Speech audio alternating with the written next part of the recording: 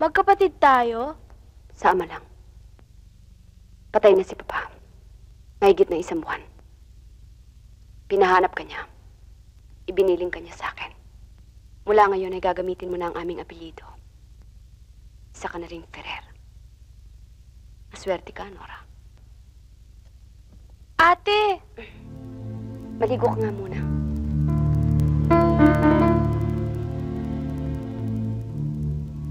Hanapin mo sina Corazon at Nora. Kunin mo sila. Malaki ang pagkukulang ko sa mag-ina. Bigyan mo sila ng magandang kinabukasan. Bayaran mo ang pagkakautang ko kina Corazon at Nora. Papa. Hindi ako matatahimik pag bibiguin mo ang kahilingan kong ito. Divina, pangako mo sa akin. Pangako mo. Opo, Papa.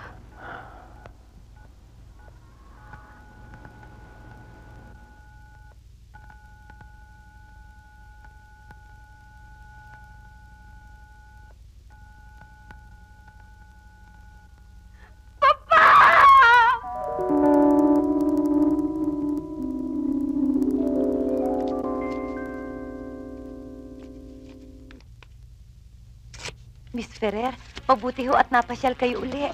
Maraming salamat ho dito sa halagang 5,000 tseke. Matagal na ho kayong hinihintay ni Nora. Kung may kaya lang ako sa buhay hindi ko bibigay sa inyo si Nora Kasi Miss Ferrer, mahigpit siyang pinagbilin sa akin ng kanyang nasirang ina. Alam nyo, matali kaming magkaibigan ng ina niyan si Corazon. Habag na habag nga kaming lahat kay Nora. Dahil lang mamatay si Corazon, ni isang kusing, Miss Ferrer, walang naiwan ang aking kaibigan sa batang yan. Nasaan yung Nora? Ayun siya. Ang walang yang lalaking yun. Mayaman daw. Mabutit hindi ko nakilala ang matandang yan. Kung hindi, nakatikim siya ng masasakit na salita sa akin. Kahit na isa pa siyang doon. Natiis niyang manguli lang mag-ina. Porke ba't kulasisi lamang niya si Corazon? Tutuloy na ho kami. Tena. Magpapakabait ka. Alis na po ako.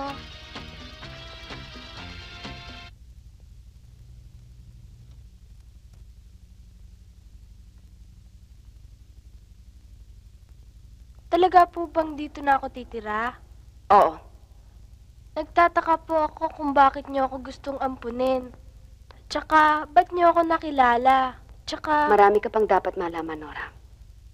Hindi ko sinabi kay Aling Trining ang tunay na dahilan kung bakit kita kinuha ngayon. Siya si Don Jose Ferrer, ang aking ama. Siya rin ang iyong ama, Nora. Ano? Oo, Magkapatid tayo? sa ama lang. Patay na si Papa. Mahigit na 1 buwan. Pinahanap ka niya. Ibiniling ka niya sa akin. Mula ngayon ay gagamitin mo na ang aming apelyido. Isa ka na ring Ferrer. Maswerte ka, Nora. Ate! Maligo ka nga muna.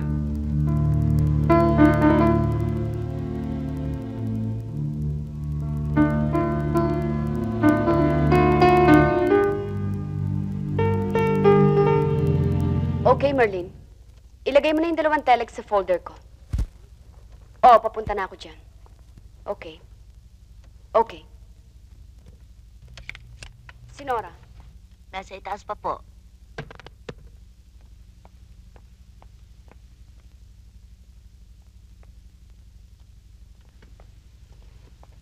Nora? Ano ba? May board meeting pa ako. Nandiyan na, ate. Kung alam ko lang matatagalan ka, sana pinabalik ko na lang yung driver para sa'yo.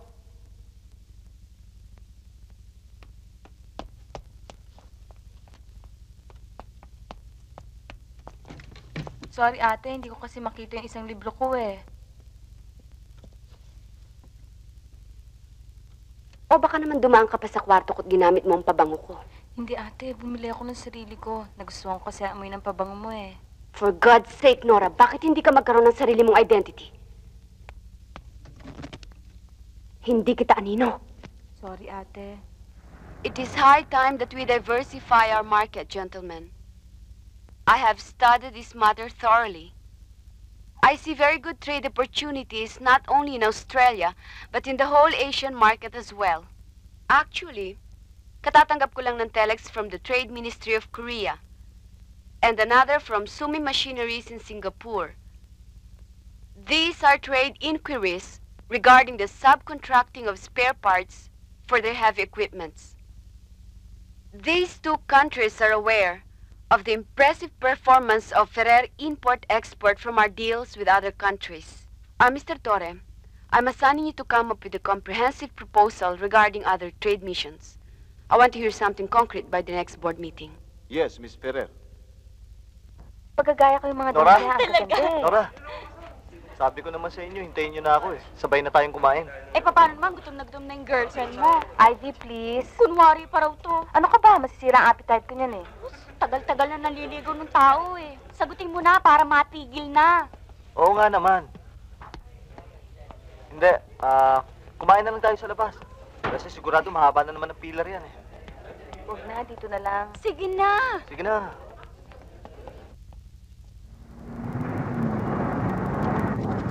Oscar, Oh, sa akin nagmana ng pakibutan to si Nora. Para kakain lang sa labas eh. Baka kasi mahuli tayo sa klase pag kumain pa tayo sa labas. no problem, girls. Manood tayo ng sine. Why not, darling? Tapos, mag-dinner na rin tayo sa labas. And then, tuloy-tuloy na tayo sa disco. Tama. But not in our uniforms. So what? Okay lang yon. Kayo na lang kung gusto ninyo. Baka kasi pagalitan ako ng ate. The broken record. Istrikta daw si Ate Divina. Magagalit si Ate Divina. Hindi nyo kabisado ugali ni Ate Divina. Pag nalaman ni Ate Divina, lagot ako kay Ate Divina. Please, Ivy. Kailan ko naman kaya makikilala ang yung Ate Divina? Isa ka pa. Will you stop the car? Nora. I said stop the car!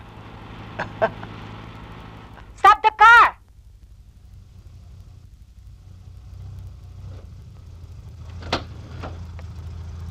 Hindi niyo pa nakikilala ang ate ko kung ano-ano na sinasabi niyo. And please stop talking about my sister. Taxi! Ganyan ba talaga yung kaibigan mo? Dinudyos niya ang kanyang Ate Divina. Ngayon mo lang ba nalaman? Hindi mo ba alam na top priority sa kanyang buhay ang kanyang ate? Idolo ni Nora ang kanyang Ate Divina. Oscar, sinasamba ni Nora ang kanyang ate. Madam Nora, ang ganda-ganda mo ngayon at take note. Bagay na bagay sa iyong kulots. Iksian natin ng konti at maganda naman ang legs mo. Hindi ko type eh. Wala na bang iba? At bakit? Yan ang pinaka-latest ngayon. Electric blue. At tingnan mo, meron pang konting perlas. Hindi naman bagay sa akin yung ganito eh. Ang bagay sa iyo ngayon ay bagets. Pag bagets ka, kailangan bagets yung pagdadamit. Halika, pumunta tayo sa labas at papakita ko sa iyo ang exclusive sketches, okay? Halika. Halika.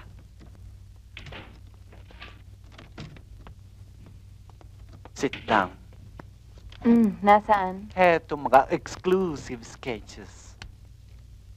O, take your pick. Merong espada, merong mga puso, at merong mga stripes. Say, type? Hindi ko gusto. Ay, bakit pinaghirapan ko pa naman yan? Teka, nasa na ba yung mga sketches mo kay Ate Divina? Ah, kay Ate Divina mo. Patingin. Teka, saan ko ba nilagay yun? Ah, eto. Pues meron namang sophisticated, executive, at saka medyo beyond your age bracket. Eto. Ito na lang. Gawa mo akong ganito. Sige na. Serious ka ba? Oo, gawa mo ako ng ganyan. Pareho ng kulay ah. Ganyan na ganyan, ha? Nakakatawa ka talaga. Ginagaya mong yung atse sa pagkikilos, sa pagdadamit. Ano ka ba talaga? Female impersonator? O, eto na. Bakit ito lang? Nasaan yung pinagawa kong coordinates gaya ng purple ni Ate Divina? Hindi pa tapos eh. Hindi kasi nabigay ni Larry ng instructions ng kosturera. Biglang binera ng alis, ayun, nagbiyahe ng Milan at doon daw mamimili ng tela. Milan Kuno. Patawagin mo nga sa akin yung jet setter niya pagkagaling niya ng Divisoria, ha? Ito talaga. Aber, maisukat nga. Okay. Ba, okay ang fitting? Ang ganda! Uy, social die. Oh, ito, bongga mo pag-ribbon na dahil para... Niloloko niyo ba ako? Good afternoon, ho, Miss Ferrer. Ate? Anong gusto mong palabasin? Bakit mo ginagaya ang damit ko? Nora, aalis na ako kasi meron pa pala inutos sa akin si Larry, no? Miss Ferrer? Iniinsulto mo ba ako? Ano naman ang masama kung gayahin kita? Alamin mo muna ang iyong limitasyon. Baka nakakalimutan mo kung saan kita pinulot. Kinikilala kitang kapatid pero hindi tayo magkapantay. Napakalit pala ng tingin mo sa akin. Imposible namang lumaki ang tingin ko sa taong tinutulungan ko lang. Kung sabagay, magkaiba tayo ng ina. Bakit kaya pinatulan ni Papa ang iyong inang? Huwag mo namang insultuhin ang inay. Patay na siya. Hindi ko siya iniinsulto. Sinasabi ko lang sa iyo ang totoo. Magkaiba tayong dalawa. Hindi mo ako matutularan at hindi kita tutularan.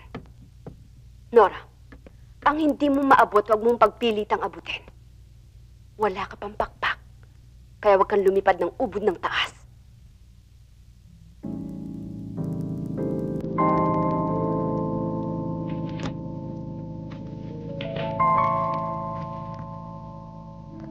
Jerry, excuse me. Good evening, Miss Ferrer. Good evening. I would like you to meet our host, Mr. Jerry Salvo, of Salvo Machineries. Miss Ferrer, how are Mr. you? Salvo, my formidable competitor. Formidable.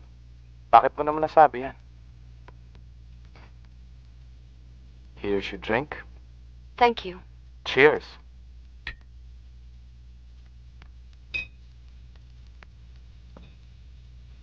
Siya nga pala, kailan ang balik ng parents mo? 6 months na sila sa States, ha? Balak na nga mag-retire ng papa eh. Kaya niya ako pinabalik dito para mag-asikaso ng aming kumpanya. Kaya nga sinabi kong formidable dahil mula nang hinawakan mong Salvo Machineries, tumoble na ang sales niyo this quarter. I'm impressed. Well, buhat nga na dumating ako dito, wala na akong hinatupag kundi puro trabaho. Practically, no social life whatsoever. Kailan tayo lalabas? What? Let's have dinner sometime. Yeah, sometime. Sometime Saturday? 8 o'clock?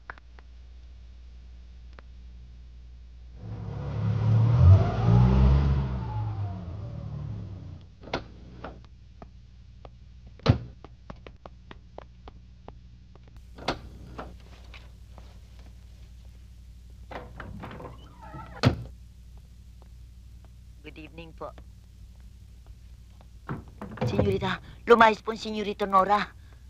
Marami pong dalang mga damit eh. Senyorita, baka kung ano pang Tomasa, wala ka na bang maibalitang mas importante dyan?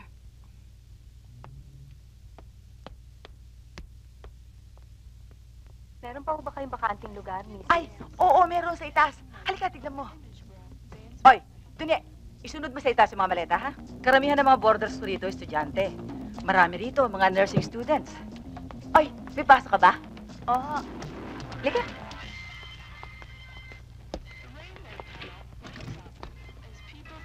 Halika, tumuli ka. Pumili ka na, oh. Bakante itong dalawang to. Ayan. Oo, ilapag mo na lang yung mga yan dyan dun eh. At saka ito pa nga palang isang ito, bakante rin. Sus naman, mga ining, ba't niyo pinababayaan? Hindi niyo palis-palisin. Sige, kayo rin, paghangin kayo rin nasisigot ng alikabok niyan. O ano, gusto mo na ba rito, Iha? Mrs., wala ho ba kayong solong kwarto? Oh, hindi uso dito yung ganyan eh. Karamihan ng mga kwarto namin dito, 6, 8, ganyan. Pero mura lamang naman eh, 400 monthly lang. Libre pagkain pa yan, ha? Pero kung maisipan mo magpa-laundry, 70 pesos monthly. Dami mong damit eh. Matatalo la bandera niyan, kailangan dyan pur piraso. 2 months advance. Ko? Yan kasi yung patakaran namin dito eh.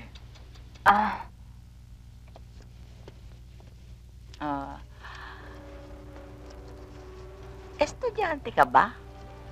Dati ho, pero huminto ako. Eh, ano yung trabaho mo? Wala pa ho. Naghahanap pa lang. Eto ho.